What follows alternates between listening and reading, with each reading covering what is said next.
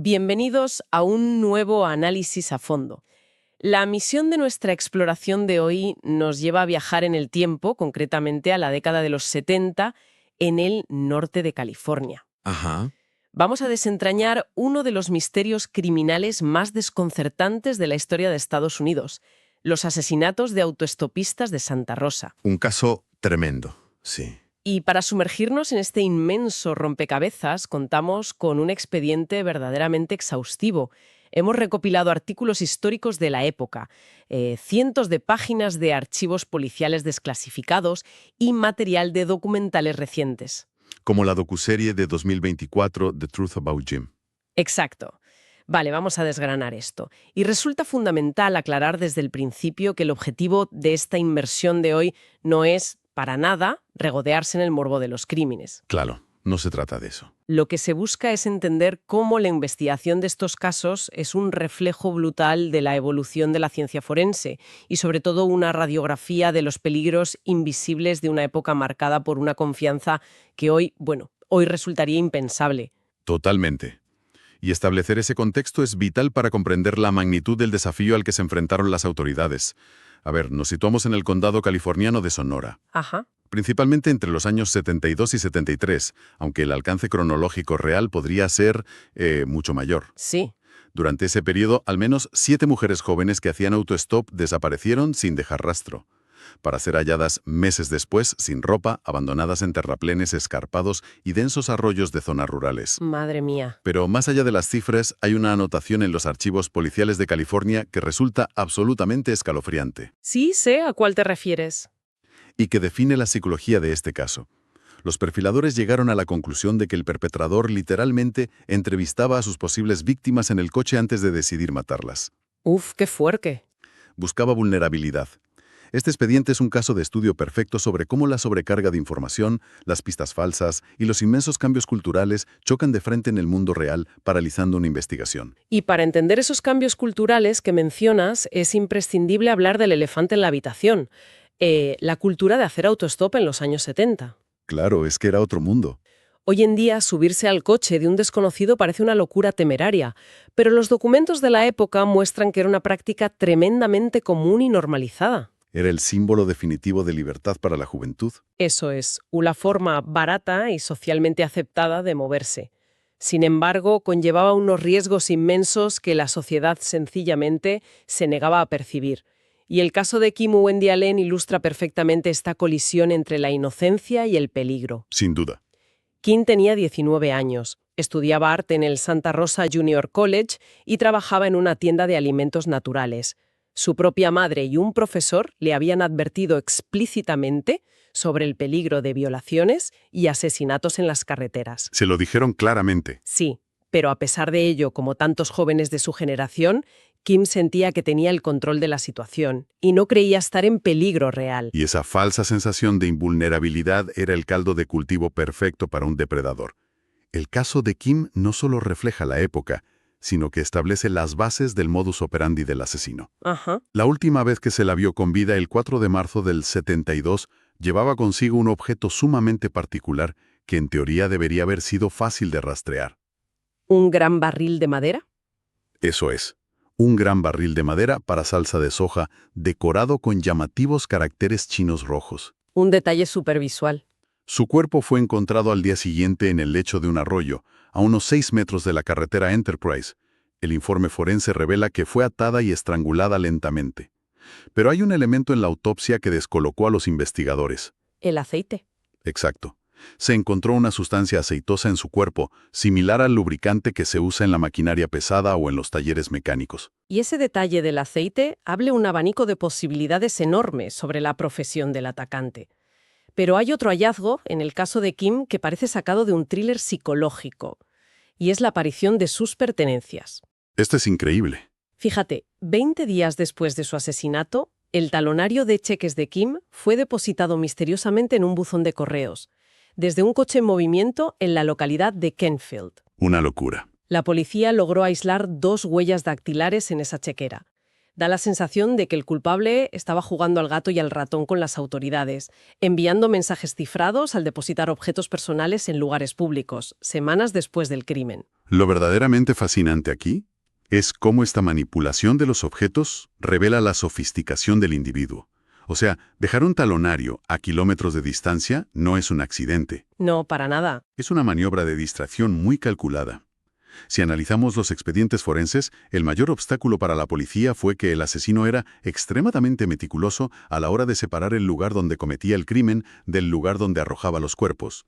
Claro, son dos escenarios distintos. Al operar en una época sin cámaras de seguridad, sin teléfonos móviles y sin rastreo GPS, el hecho de que las escenas del crimen reales jamás fueran localizadas dejaba a los investigadores con una escasez casi total de evidencia física. El perpetrador era un fantasma que conocía la intrincada geografía rural del norte de California mejor que la propia policía. Tela. Y esa falta de evidencia física se vuelve aún más frustrante al analizar cómo se agrupan las víctimas. Porque en lugar de repasar una lista interminable de fechas, resulta mucho más revelador observar los enormes obstáculos investigativos que presentaba cada hallazgo. Sí, vamos caso por caso. Tomemos como ejemplo el caso de Maureen Sterling, de 12 años, e Yvonne Weber, de 13. Desaparecieron en febrero del 72 tras ir a patinar sobre hielo. Eran unas niñas. El único hilo del que tirar era el relato de un testigo que recordó haberlas visto en el vestíbulo de la pista de hielo, hablando con un hombre alto y delgado que les ofreció fumar marihuana. Y fíjate lo que tardaron en encontrarlas. Exacto. Cuando sus restos óseos fueron descubiertos 10 meses después en el fondo de un terraplén de unos 20 metros en France Valley Road, la naturaleza ya había destruido casi todo. Así es. La exposición a los elementos durante casi un año borró cualquier rastro biológico útil para la época. Las autoridades apenas pudieron recuperar unas pocas piezas de joyería esparcidas en la maleza. Un pendiente suelto. Un pendiente suelto con cuentas naranjas y un collar con una cruz de oro de 14 quilates que la madre de Maureen logró identificar. No había ni rastro de su ropa. ¡Qué horror! Esto nos lleva a otro tipo de vulnerabilidad explotada por el atacante. Evidente en el caso de Lori Licursa, también de 13 años. Lori tenía una vida familiar inestable, se escapaba de casa con frecuencia y recurría habitualmente al autostop. Desapareció a finales del 72 y fue hallada congelada en un barranco semanas después. El expediente de Lori incluye uno de los testimonios visuales más perturbadores de toda la investigación. Una persona afirmó haber visto cómo dos hombres sostenían por la calle a una chica que parecía tener graves deficiencias físicas. Sí, que era incapaz de caminar erguida. Exactamente. Los testigos presenciaron cómo la empujaban hacia el interior de una furgoneta conducida por un hombre blanco que llevaba el pelo estilo afro. Cuando la policía cruzó este testimonio con los hallazgos forenses de Lori, la conclusión fue aterradora. Efectivamente. La deducción de los forenses fue que esa chica no tenía ninguna deficiencia física previa. Madre mía. La teoría oficial sostiene que era Lori y que su extraña postura y aparente incapacidad motriz eran el resultado de tener el cuello ya roto tras haber intentado saltar del vehículo en marcha para escapar de sus captores. Es que te pone los pelos de punta.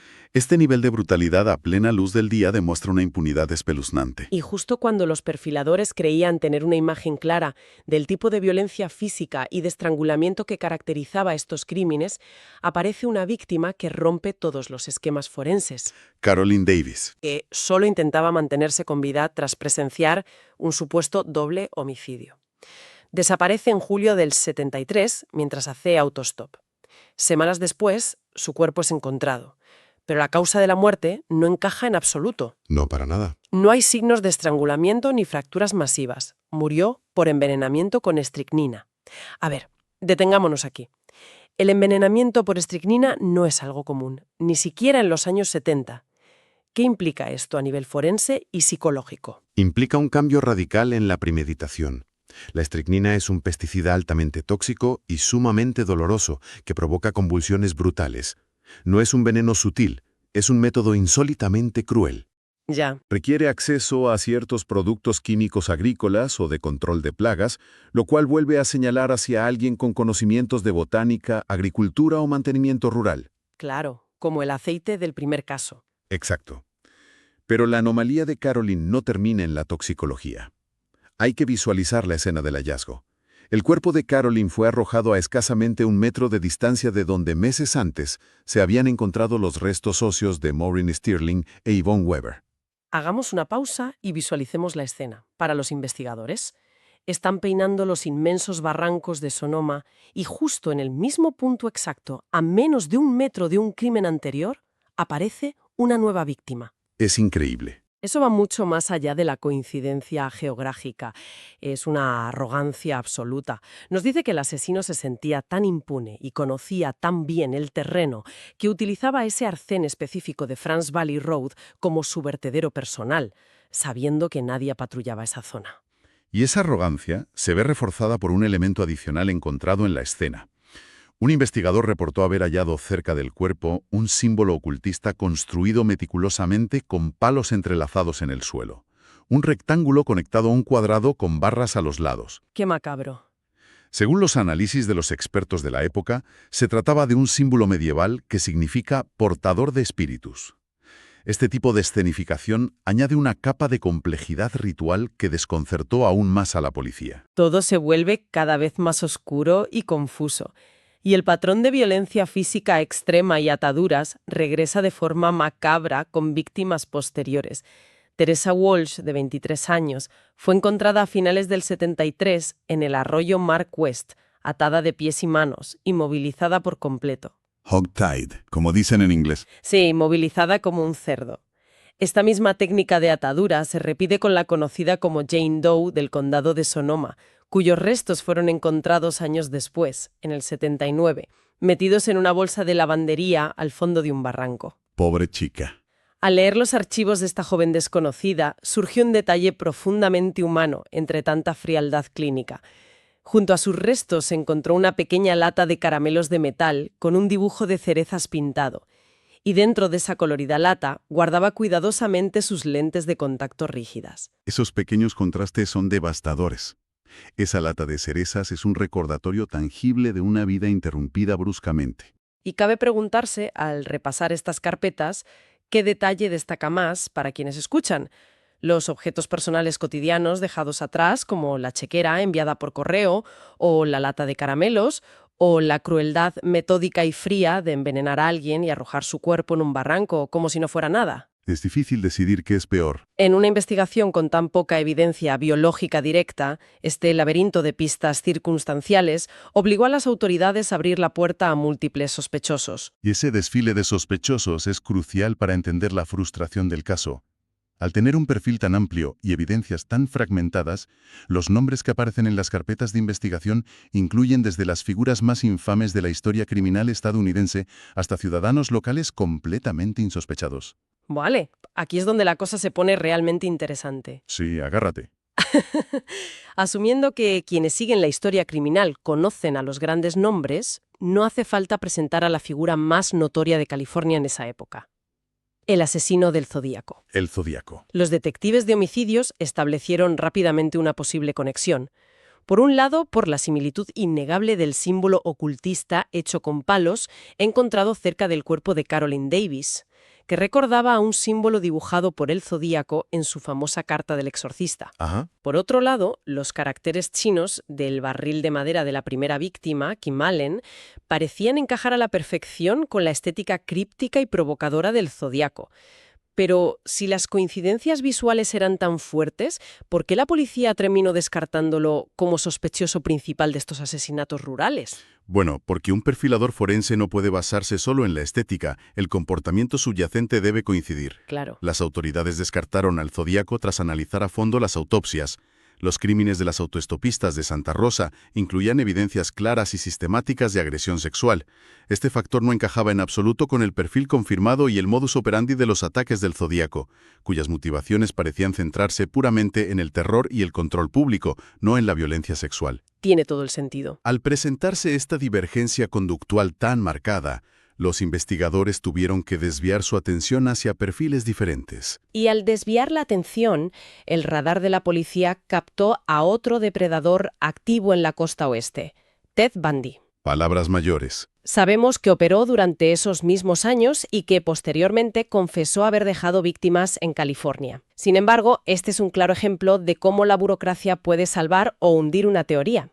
Los registros exhaustivos de las tarjetas de crédito de Bundy demostraron que en las fechas exactas de algunas de las desapariciones de Santa Rosa, él estaba realizando compras y repostando gasolina en el estado de Washington. La prueba documental. Esta coartada llevó a los investigadores a una deducción fundamental. El asesino no era un viajero de paso ni un asesino interestatal aleatorio. Tenía que ser alguien profundamente enraizado en la comunidad local, un cartero, un trabajador de servicios públicos o un repartidor íntimamente familiarizado con esos recónditos barrancos y caminos de tierra que no aparecían en los mapas turísticos.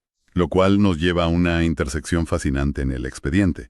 Siguiendo la premisa de buscar a un residente local, el foco volvió a posarse sobre un individuo vinculado indirectamente al Zodíaco, Arthur Leigh Allen, Que fue el sospechoso principal del Zodíaco durante décadas. que había sido despedido de su trabajo como profesor de primaria por sospechas de abuso infantil. Ya, pero la conexión más asombrosa con los asesinatos de autoestopistas proviene de la ciencia forense microscópica.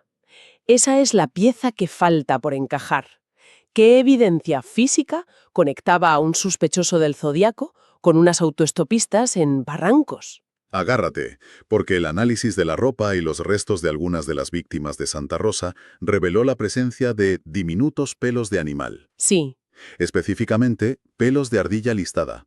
Casualmente, Arthur Leigh Allen tenía una fijación peculiar. Se dedicaba a atrapar, diseccionar y coleccionar ardillas listadas en su tiempo libre. es que es un hallazgo absolutamente demencial. Encontrar pelos microscópicos de una especie específica de roedor en varios cuerpos y vincularlo con el pasatiempo bizarro de un sospechoso local parece una prueba irrefutable. Desde luego. Sin embargo, no fue suficiente para una condena. Y el expediente no se detiene en los nombres famosos. La investigación también apuntó hacia sospechosos locales que no encajaban en absoluto con el arquetipo del asesino en serie, obligando a replantear a quién se considera realmente peligroso. Tomemos el caso de Frederick Manali. Este caso es tela. Era un respetado profesor de universitario de escritura creativa. Y más concretamente, fue el profesor de Kim Wendy Allen, la víctima del barril de salsa de soja. Ajá. Manali falleció en un aparatoso choque frontal en la carretera 12 en el año 76. Lo oscuro vino después. Exactamente. Al inventariar las pertenencias de Manali tras su muerte accidental, la policía hizo descubrimientos perturbadores. Encontraron numerosos dibujos de temática sadomasoquista que el propio profesor había creado. Y en varias de esas ilustraciones figuraba explícitamente Kim Wendy Allen. ¡Qué mal rollo! Pero el indicio más incriminatorio no fueron los dibujos. Oculta entre las posesiones del difunto profesor, la policía encontró la mochila real de Kim. ¡Qué fuerte! El mismo objeto que llevaba el día que desapareció haciendo autostop. Ese nivel de ocultamiento a simple vista pone los pelos de punta. Un profesor universitario guardando el trofeo de su alumna asesinada en su propio estudio. Esto subraya cómo los secretos más oscuros pueden residir en la puerta de al lado. Así es. Y esta narrativa de los secretos ocultos enlaza directamente con los avances tecnológicos de las últimas décadas y cómo las autoridades siguen cerrando el cerco gracias al ADN. Hay dos conexiones modernos que destacan en los informes recientes. Primero, Jack Booking, un violador en serie con un largo historial que falleció en prisión y que en 2022 fue vinculado inequívocamente por ADN a un asesinato sin resolver del 96. Sí, su perfil geográfico cuadra mucho. Su agresividad desmedida y su zona de confort geográfico encajan milimétricamente con los crímenes de Santa Rosa. Pero el caso contemporáneo que verdaderamente desafía la lógica es el de Jim Mordecai, el sujeto central de la docuserie de 2024. El caso de Mordecai es el paradigma de cómo los crímenes históricos irrumpen en el presente. Totalmente. Mordecai era un profesor de agricultura y diseñador de paisajes. Un hombre de familia, sin antecedentes penales conocidos, que falleció en 2008. Parecía un ciudadano ejemplar. Ajá. Sin embargo, años después de su muerte, mientras su familia limpiaba sus pertenencias almacenadas en el hogar, encontraron una caja olvidada. Al abrirla, descubrieron una colección de joyas de mujer que no pertenecían a la esposa, ni a las hijas, ni a ninguna persona conocida por la familia. Y al revisar el inventario de esa caja frente a las fotografías de evidencia policial de los años 70, la familia se encontró con una coincidencia aterradora. Increíble. Entre las baratijas y cadenas había un pendiente de aro con cuentas naranjas. El pendiente. Una pieza que coincidía a la perfección con la descripción exacta de la única joya recuperada en el escarpado barranco donde, décadas atrás, encontraron los restos óseos de la joven Maureen Sterling. ¡Qué locura! El horror de descubrir que el patriarca de la familia podría ser un asesino en serie llevó a sus familiares a entregar voluntariamente la caja, toda la información y su propio perfil de ADN a la oficina del sheriff del condado de Sonoma en 2022. Un paso muy valiente. Entonces, después de repasar este abrumador aluvión de nombres, pruebas circunstanciales, sospechosos insospechados y perfiles contrapuestos, ¿qué significa todo esto a nivel histórico y forense? Si conectamos esto con el panorama general, lo que este inmenso expediente demuestra es la radical evolución en la resolución de los casos fríos. La ciencia forense ha cambiado por completo las reglas del juego. Ya te digo. Resulta muy revelador observar el caso de dos posibles víctimas vinculadas a esta misma serie de crímenes. Kerry Ann Graham, de 15 años, y Francine Marie Trimble, de 14. Desaparecieron a finales de los 70 y sus restos fueron hallados meses después ocultos en bolsas de basura de plástico selladas con cinta americana. Sí, las encontraron juntas. Permanecieron en los registros como personas no identificadas durante casi 4 décadas. No fue hasta 2015 que, gracias a la extracción de perfiles de ADN de última generación y al cruce de bases de datos, finalmente pudieron recuperar sus nombres y ser devueltas a sus familias. Ese es el punto crucial. El verdadero valor de adentrarse en la crudeza de este expediente histórico no es la pretensión de resolver un caso policial desde casa. Exacto, no somos detectives. El valor reside en comprender y apreciar la inmensa y meticulosa complejidad que rodea la búsqueda de la verdad a lo largo de las décadas. Nos enseña cómo un mosaico abrumador se compone de fragmentos aparentemente inconexos. El testimonio ignorado de un testigo ocular sobre una furgoneta, un recibo rutinario de tarjeta de crédito a miles de kilómetros de distancia o un microscópico pelo de ardilla listada. Fíjate cómo cambia todo. Demuestra la importancia crítica de no dar por sentadas las suposiciones iniciales y, sobre todo, la necesidad vital de preservar intactos los viejos datos y las evidencias físicas, porque siempre requerirán ser reevaluados bajo la lupa de las nuevas tecnologías emergentes. Y esa es la lección perdurable, tanto a nivel forense como social. La sociedad de los años 70 creó, sin saberlo, las condiciones idóneas para que estos crímenes se perpetuaran. Existía una confianza generalizada e ingenua que hoy parece suicida, pero que en aquel momento era la norma cultural indiscutible. Claro. El perpetrador o perpetradores operaron en esa brecha oscura, el punto ciego exacto entre la confianza ciega de una generación joven y las severas limitaciones tecnológicas de los departamentos de policía rurales de la época. Para resumir la inmensidad de este rompecabezas histórico, la investigación se enfrentó a un individuo que entendía a la perfección la intrincada y aislada geografía rural del norte de California. Alguien que se aprovechó sistemáticamente de un clima social donde hacer autostop era la moneda de cambio corriente para la libertad y que dejó tras de sí un escueto reguero de pistas perturbadoras camufladas como objetos cotidianos. Sí. Hablamos de una lata de caramelos de cereza oxidándose en un barranco, de chequeras arrojadas estratégicamente en buzones de correo para despistar a la policía y de símbolos ocultistas construidos con ramas secas. Son todos estos elementos dispares, combinados con la perseverancia de la ciencia moderna, los que han mantenido el caso de los asesinatos de autostopistas de Santa Rosa abierto y palpitante durante más de 50 años, negándose a ser olvidado. Esto plantea una pregunta importante. Y es una reflexión que va mucho más allá de la década de los 70 y se adentra de lleno en nuestro futuro inmediato. Te escucho. Si los secretos más oscuros e inconfesables de un individuo pueden permanecer perfectamente ocultos durante décadas en una simple caja de joyas de mujer, acumulando polvo en un altillo, tal y como le ocurrió a la familia de Jim Mordecai tras su muerte, cabe preguntarse si la sociedad está a punto de entrar en una era en la que el propio concepto de misterio sin resolver dejará de existir. ¡Uf! ¡Qué interesante! A medida que la genealogía genética avanza a pasos agigantados, cruzando el ADN de la escena del crimen con las bases de datos de árboles genealógicos comerciales, el escrutinio sobre los objetos cotidianos heredados se vuelve implacable. ¿Qué pasará cuando las historias familiares más profundamente silenciadas colisionen inevitablemente con este implacable escrutinio forense público durante las próximas décadas? ¿Cuántos armarios residenciales esconden en este preciso instante la clave biológica de un caso frío a la espera de que la tecnología del futuro simplemente abra la puerta? Es una perspectiva que produce un vértigo innegable. Saber que las respuestas científicas e históricas que los investigadores han buscado incansablemente durante medio siglo podrían estar, de forma literal, almacenadas en cajas de cartón en el trastero de cualquier vecindario pacífico. Tal cual. Con esa potente reflexión en el aire, se despide este análisis profundo. Ojalá este recorrido por las sombras de los años 70 y la evolución de la verdad haya encendido una chispa analítica en quienes nos escuchan.